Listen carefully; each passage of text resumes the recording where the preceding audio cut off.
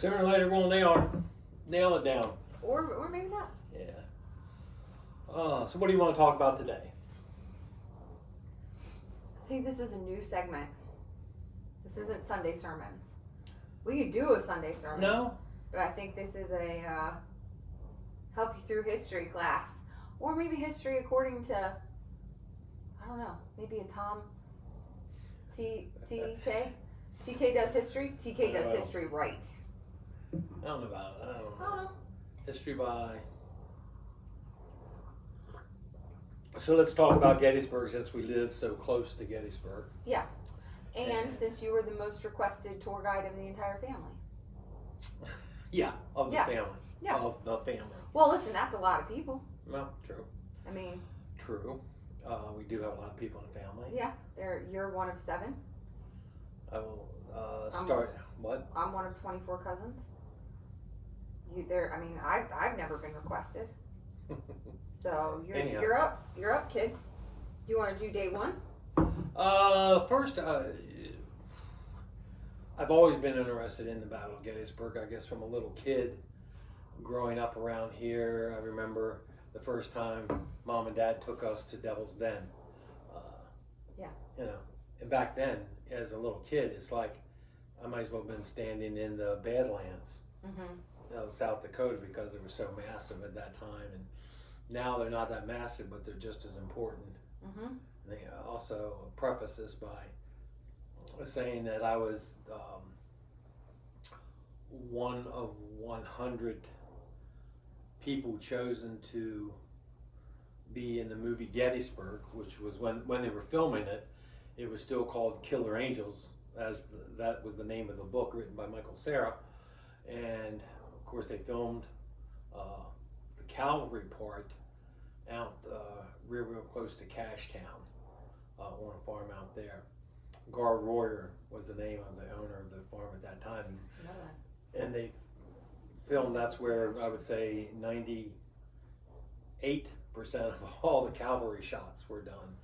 Got to work with Sam Elliott, who was a treat to work with. He was General Buford, and he was unbelievable. Nice guy, super nice guy.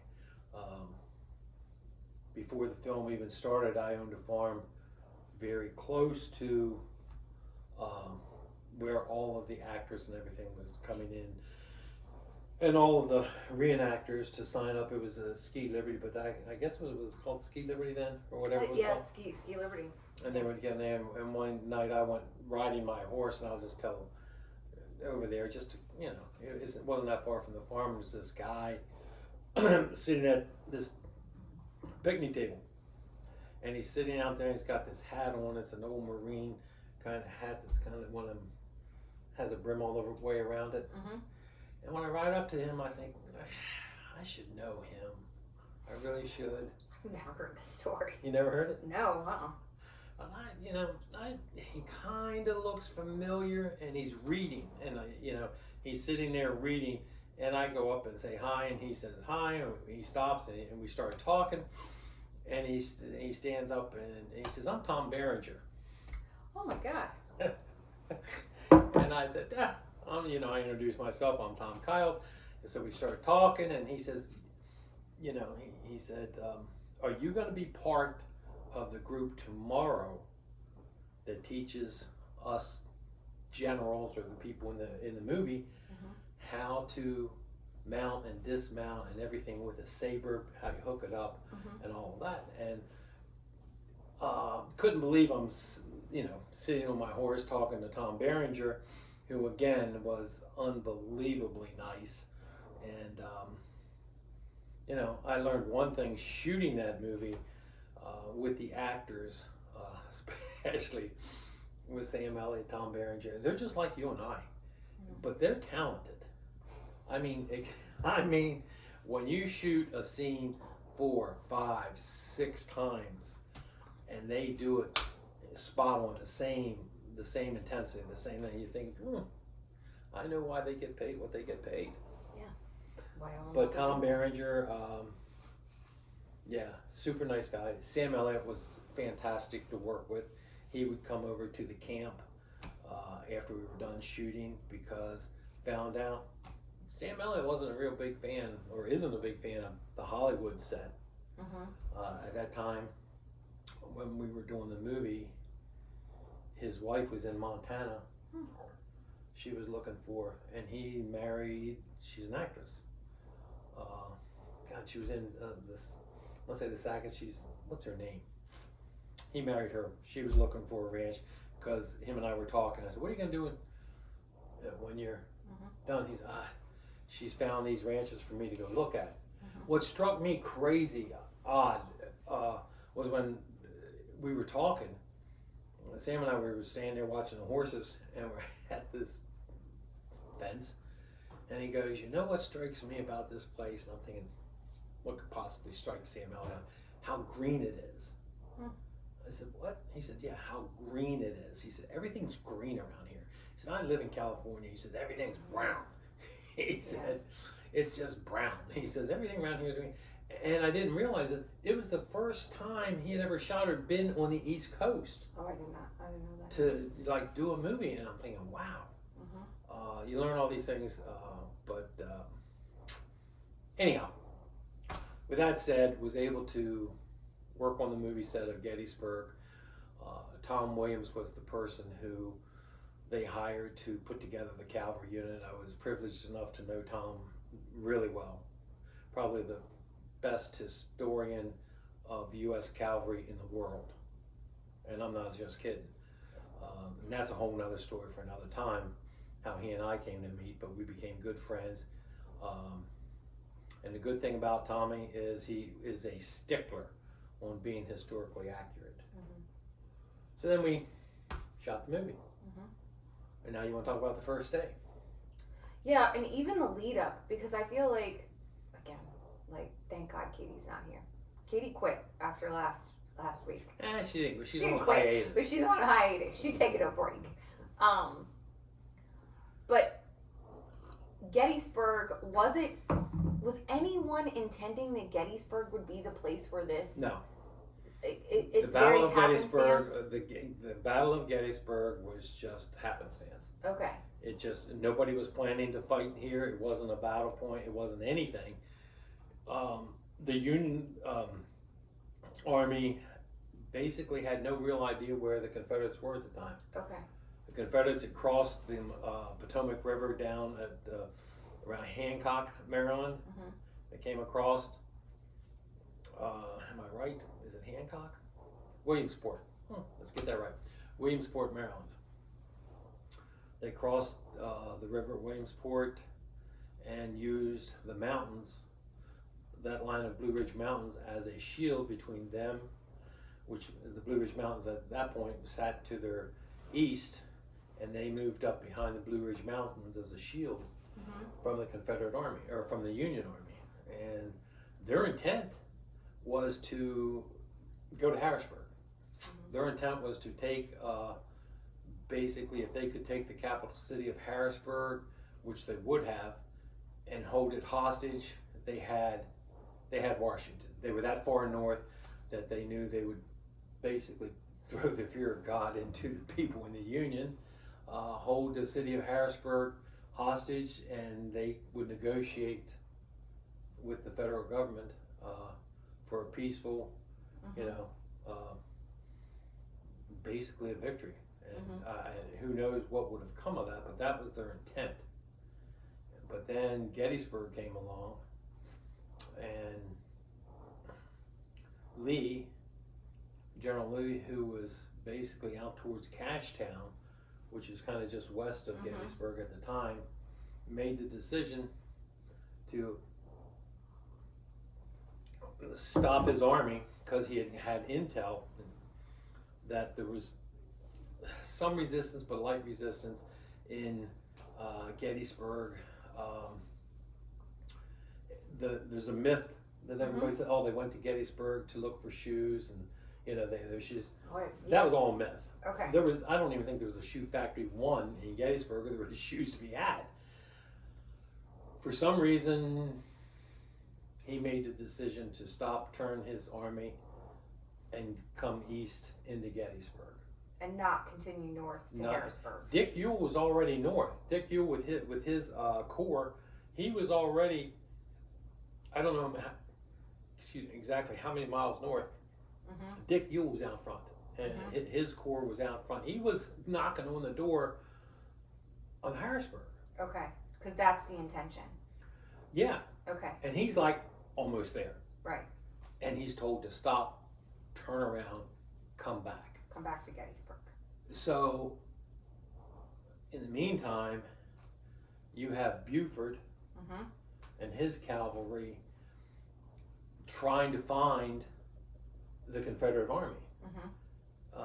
Because at this point in time, nobody from the Union side knew exactly where the Confederate Army was. They knew they were north of the line, but they didn't know where. So they had John Buford and his cavalry out front looking for them, which was their job. And lo and behold, he rolls into Gettysburg, talking to residents of Gettysburg and everything else, and he's told the Confederate Army is just down that road. Oh my God! Yeah, because I mean, Cashtown is nothing. Literally, right there. Right there. Yeah. So. I mean, I don't even know how many miles. It's not that far. Not that far. 3-4 miles? Yeah, I was going to say less than 10.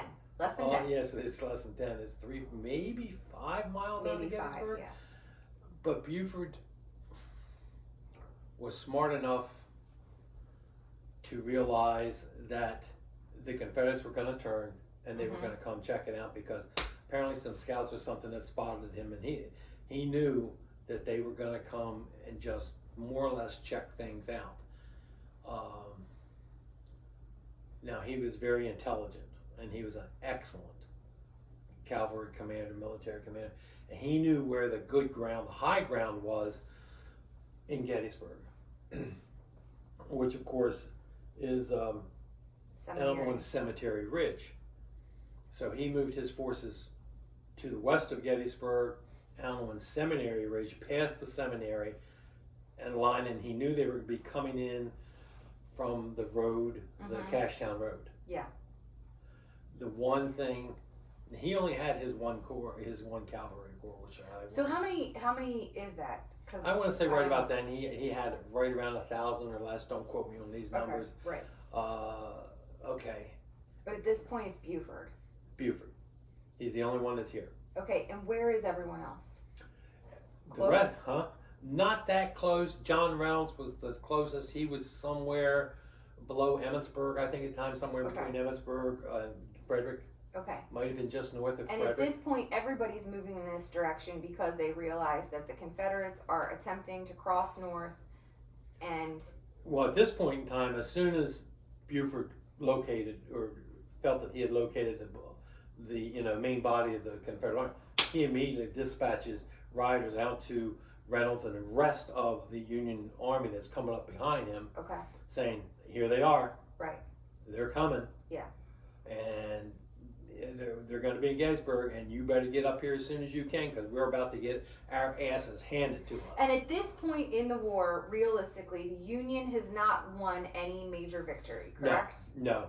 There's been no decisive... No, nothing that they can hang their hat on. They continually were out-generaled, out-maneuvered, and got their ass whipped. Yeah. And the Confederates were doing a really good job of that. So at this point, which you're almost correct. Plays to the Confederates' disadvantage. It played definitely to their disadvantage, especially to Lee, who at that point in time, they thought they were invincible. Yeah. Now, because they're consistently stacking up victories that are demoralizing correct. The Union. Even Lincoln, like I've done a little bit of research since we started doing this podcast, but even Lincoln apparently was to the point where he was saying to people, like, it seems like even God is against us. Right. Prior to Gettysburg. They're getting their butts whipped on a regular. Now, what you got to remember, when the Confederate Army crossed the river, the Potomac River at Williamsport, probably 30% of the Confederate Army didn't come. They said, nope, we're not fighting. We are defending our nation, the Confederate nation. We are not attacking another nation. Oh, what? Yeah. I had no idea. They did not cross. So they just stay behind? They stayed behind. Jesus God. So he's out. So he's down. Let's say roughly 30% of his army. So they didn't cross. They're saying, have a good time in the north. We are not an invading army. We are defending our. We're defending our nation. So, but we're not going to do that. Because up until realistically, even Antietam, which is in Maryland, is not. No, it was still considered a Confederate state. Okay, so but they were. So they're essentially saying like, because Gettysburg is the first and only battle that takes place on northern soil. On northern soil. Okay, all right. So Lee's down 30%. He's down roughly around 29, 20, 30% of his army. He's down. He's like that many men out. But still, with all the decisive victories to this point, he's feeling like, I'm cool. Well, good. that he could do it, and he knew he had to get the battle off of Confederate soil. Why? Because of food. Because the battles and everything was taking a toll on the food supply and the farmers and the people. All the battles were fought in the South, so all the battles are taking their toll on the people, the farms. You have two armies essentially moving in and using all the resources. Right. Okay, got you. Yeah, they're coming in, and basically when they come in, they're taking your food. They're taking your livestock. They're going to eat that. And Lee knew that the supplies of the South were wearing out, and he wanted to take the battle north, so they could start, living off the bounty of the land of the North, because he knew the South could not sustain what it was doing. The war was taking its toll. He knew it. Then you had that fraction of Confederate soldiers, armies, generals that says, no, we're not going north with you. Good luck. We're here to defend our nation. We're not an attacking nation. So he's coming into this battle already down. Okay. But feeling good. Oh, yeah, feeling good. Feeling real good. Oh, yeah, he was feeling good. I mean, his boys continually improved it. What he was feeling bad about, he was coming north without his right, so to speak, his right arm, which was Stonewall Jackson. Stonewall Jackson died and shot. Okay. He dies where? God, where was he shot at? Shot by his own man. I want to say Spotsylvania, but don't quote me on that. Somewhere down south. He had ridden out forward one evening to check things out, coming back with his entourage. He's called down by a sentry. The sentry shoots, hits him. Didn't kill him right off, but 2-3 days later, Jackson dies. Okay. And Jackson was definitely Robert E. Lee's right-hand man. He was the go-to person for Lee. We need this victory. Okay. So the first day sets itself up with Buford, who's an extremely intelligent and battle tested general. He sets his line of cavalrymen out west of Gettysburg, along the sides of from basically the railroad cut, which was it was a cut. There wasn't a railroad in it, but they had dug out for a line, and from there south. The only thing he had on his side was his men were using Sharp's carbines. The rate of fire of those weapons, of a Sharp's carbine versus a muzzle loader, rifle that the Union was using, the Enfield rifles, was 3 to 4 times faster. That's a hell of an advantage. That's an advantage. So is that relatively new technology, or that's something that they had? No, that was it was new technology, I guess, to the times. The cavalry had been carrying them for a while. Okay. It wasn't later until the war when the Henry rifle, the repeating rifle, the lever action comes out. That wasn't here yet. Okay. But they were still, the Sharp's carbine was still, the rate of fire was much faster than what he knew the Confederate infantry was carrying. Okay, so he sets up on Seminary Ridge, correct? Is that right? Am I right? He's or just below? No, he's west of Seminary Ridge. Okay, he's west of Seminary Ridge, and he sets his line, and and everything's coming in from the Cashtown Road. Okay. Now, he knows. I think it was Harry Heath's division corps was coming in. He was not a corps commander. Is coming in from Cashtown. And here they come that morning. Yeah. And here they come. And he knows when you're marching in 4 in columns, You know, you're coming in a column. It takes time for you to maneuver your army out of that column into a battle line. Gotcha. It all takes time. Okay. Now, Buford had some field artillery with him. I know there was 2, maybe 4 pieces, and they were already trained to hit. What's the restaurant that sits out there now? No, up on the hill. Oh, it has a cannon hole through it. Up on it. That's horrible. I know. Okay, where? Yeah, they're coming down that road.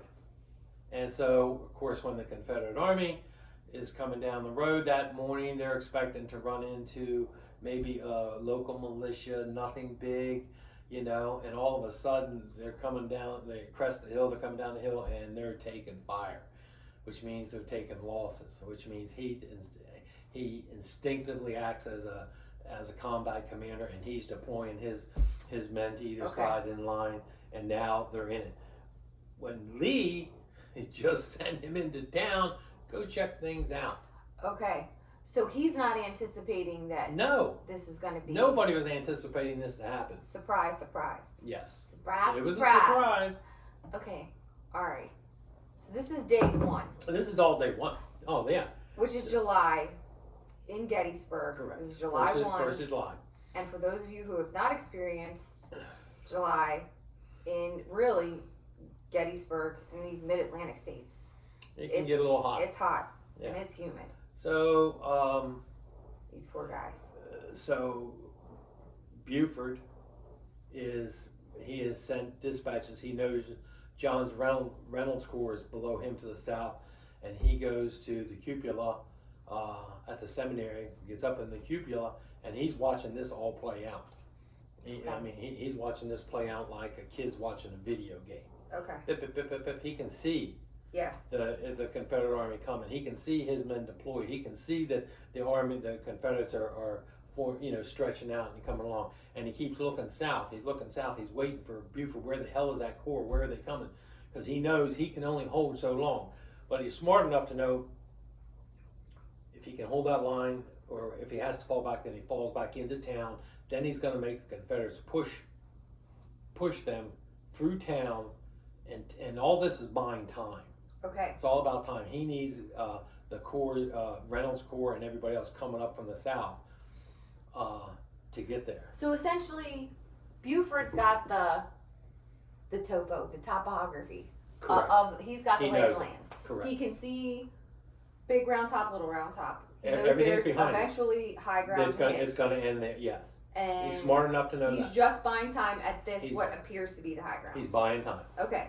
And but the Confederates, because they're coming from the west, they're coming from the necessarily have the lay of land. So you've got the Confederates coming from the west, and you've got Confederates coming from the north.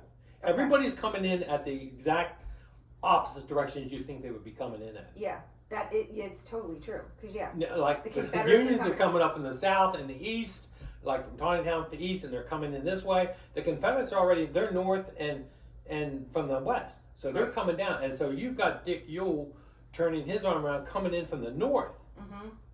Okay, which is playing bad for Buford's right flank of his cavalry, because now they've got this coming down. So he's buying time. So fortunately, let me back up. Mm-hmm. Lee hears this going on. He's sending men out. What the hell just happened? Okay. So now he, in turns, he's got to back his man up, because he doesn't know what the hell is in Gettysburg. Mm-hmm. Because he hasn't heard jack shit from Jeb Stuart. Okay. Jeb Stuart's out around Hanover, gallivanting around. He's not doing all what he's supposed to be doing. What was he supposed to be doing? He was supposed to be staying in contact with the main body, with Lee, letting him know where the Union Army was. How did he manage to get past Gettysburg, not realize anything, and get over to Hanover? How did who get past? Jeb Stuart. He was already over. I don't know if he came up from the south. He's out with his cavalry corps. So essentially, he's dicking around. The Unions. They're over in Hanover having a goddamn dance. Yeah. I'm serious. Really? They're having a dance. Then, like the night before it all kicked off, the Confederate Army with the people of Hanover, the people of Hanover trying to charm him. So Bastards, just in case it went he the other won't way. burn their shit in town. Oh, let's celebrate with him. Oh my God, I had no idea. His ass is over there, no wonder Lee's like, what in God's name do I hear? Because I have no information. None.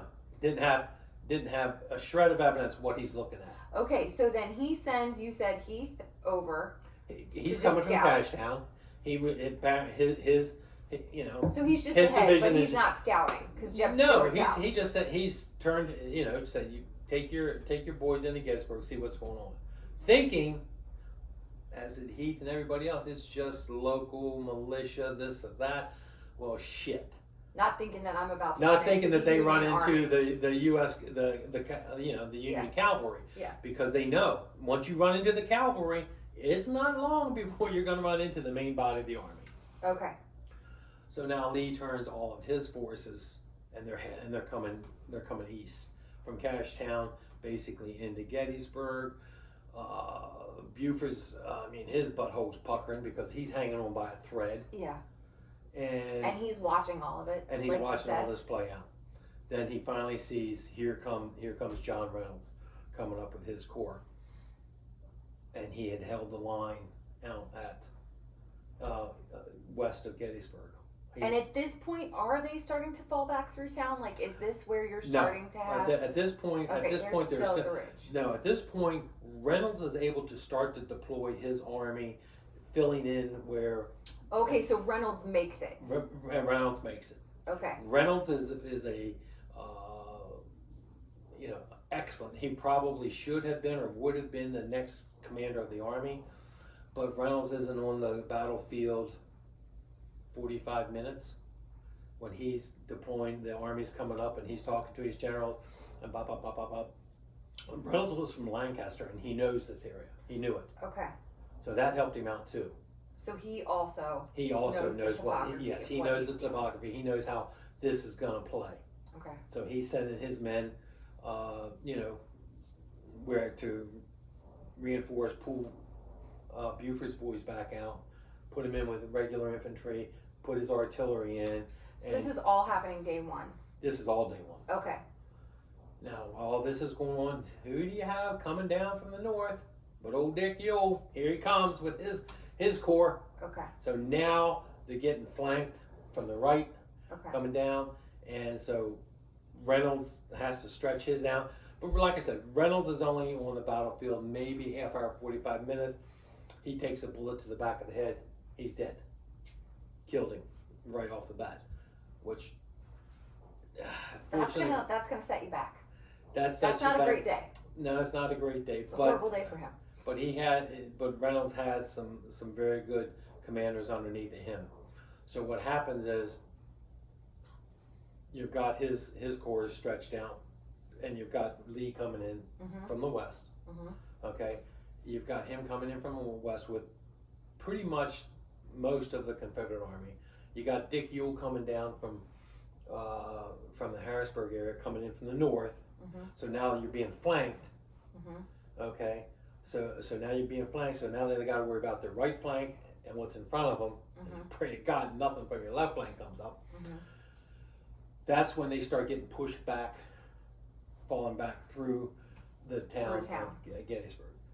Smart enough to realize that Buford had done them a big favor, because they also realized the real ground, the real battleground, the high ground is Cemetery Ridge. See, it's crazy because whenever somebody's talking about Cemetery Ridge, like from around here, I'm like, they mean Seminary Ridge. But no, there's a separate ridge. Right. Cemetery Ridge. Which is lies. And Cemetery Ridge is the one that is basically is the one where you have up. Little Round Top at the southern end of it, and you've got the town. And like it's Baltimore Street, essentially. Correct. And you've got, of course, it sits up high. Right.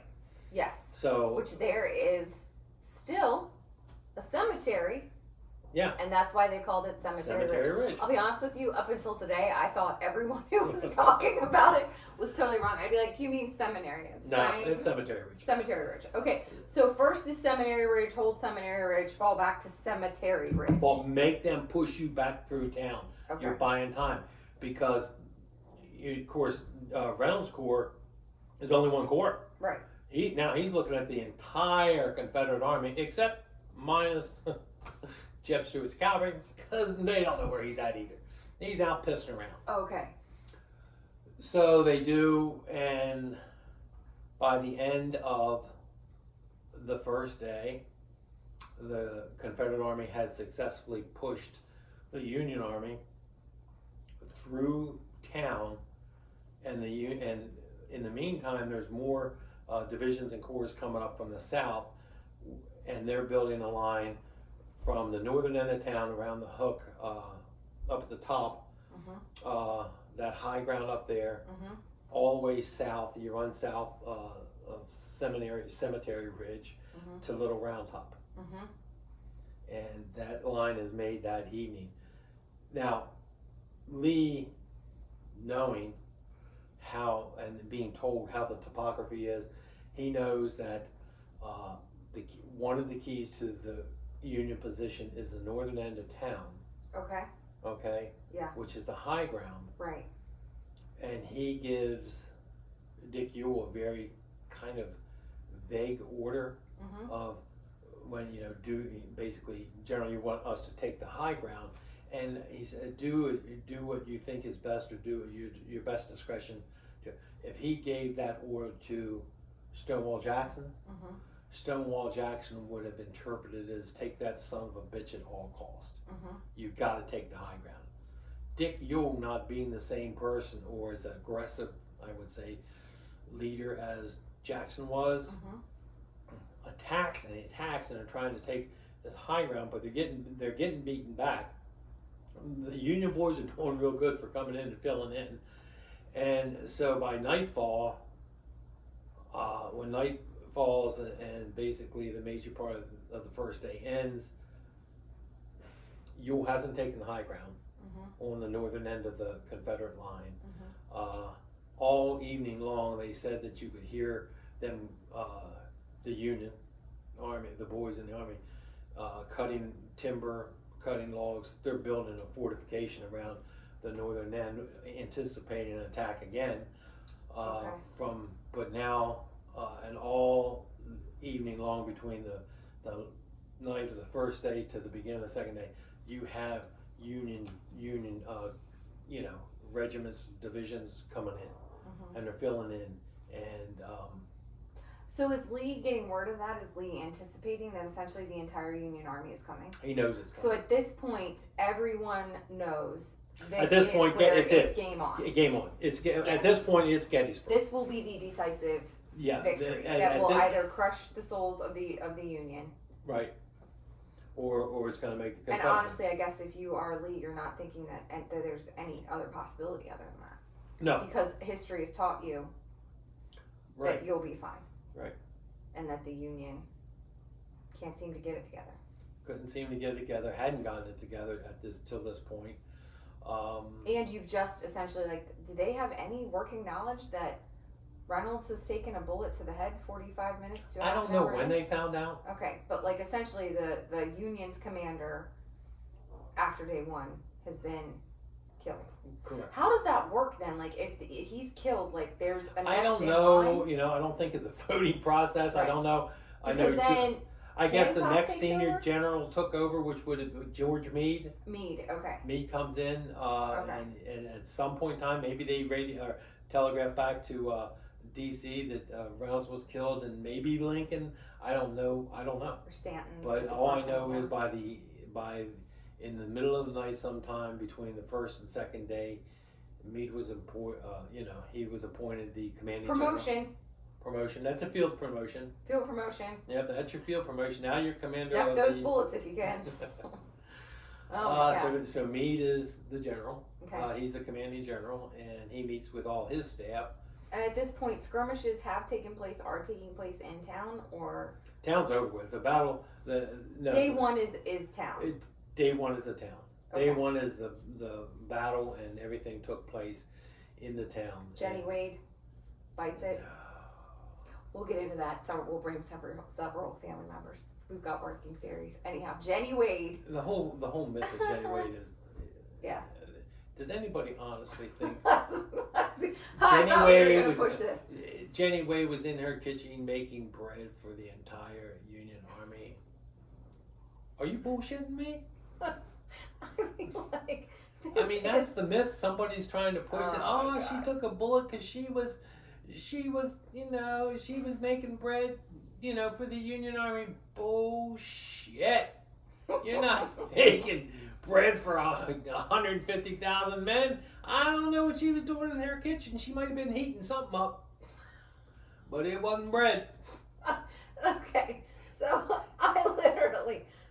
that one 4th of July party that I threw here, that I was like, I'm telling you, this is Jennie Wade or her family did something to our family, because consistently across the board, cousins, again, one of 24 cousins, and we don't talk about it. It's not like Jennie Wade. We've never gone on a Jennie Wade tour. We all say the same thing, which is Jennie Wade. Yeah, she wasn't making bread. She wasn't making bread. That's the nicest way we can put it. Something was rising. So I swear, and my working theory is and maybe 23andMe, your grandmama was a hoe is going to tell you, hey, Jennie Wade, she was a hoe. But our family consistently has passed down through generations with absolute anger and certainty that Jennie Wade was not baking bread. And listen, it is one of the probably highest, grossing tours of the area. There's a whole industry. The bullshit they sell in Jennie Wade, that she was baking bread. Poor Jennie Wade baking bread, caught a bullet and died.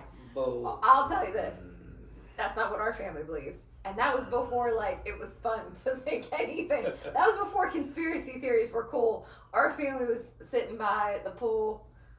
Yeah, nobody was buying that story.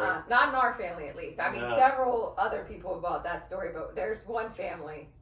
I can tell you, just not buying the Jennie Wade story. That's not buying the Jennie Wade Like I said, she was helping something rise. So it wasn't bread. So Jennie Wade bites it day one. Yeah, all the battle, all the skirmishes. I think we don't pay attention. Listen, we don't pay attention to Jennie Wade. We're still throwing her shade. We don't know why, but we're still throwing her shade. But battles through town are day one. Yeah. Okay. All right. Yeah. So by the end of day one, you have the Union line stretched. What the hell is it? Culp's Hill to the north. Is that what it is? Mm-hmm. Basically, Culp's Hill to the north, down all the way. You run down south, and then it hooks around, which is why they said it's like a fish hook. Mm-hmm. To the north, it's like the eye of the fish hook, very tight up there at Culp's Hill, where they had built the ramparts and put the cannons up, because you've got the Confederate Army coming in from the north. Hell, by this time they're coming in from, they're attacking from all angles at you. And then the line runs down to Little Round Top, and that's the way the line is set. To enter day two. To at pretty much the end of day one, entering into day two. Correct. Okay. I feel like now is a good time to end our day one episode. We'll move into day two. I also feel like now is a good time to plug all the amazing reasons that you should come to Gettysburg. If you can't personally book, my father is a tour guide, which he's really only on referral, friends and family kind of thing. We would highly recommend the good old double-decker bus, the Gettysburg Battlefield Bus Tour. They do a good job. They do a phenomenal job. And I feel like there are several, honest to God, I don't think that there is a museum or a thing that you would run into in Gettysburg where you would not have an amazing experience. They're all educational. They're all educational, depending on what you're looking for. Right.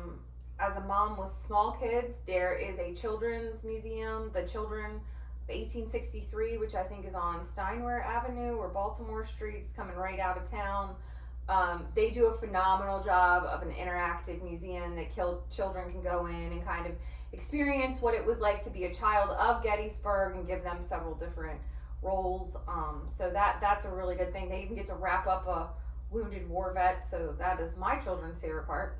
My little crazy kids. Of course, they have the hospital that's set up on Seminary Ridge. Yep. Just like it was before. Yep. That's an excellent one if you want to see. They were dealing with the wounded coming in from battle. The new one is a couple years old, going out towards Burgerville Road. I think that's actually one of the top rated museums. Do you know the name of that one?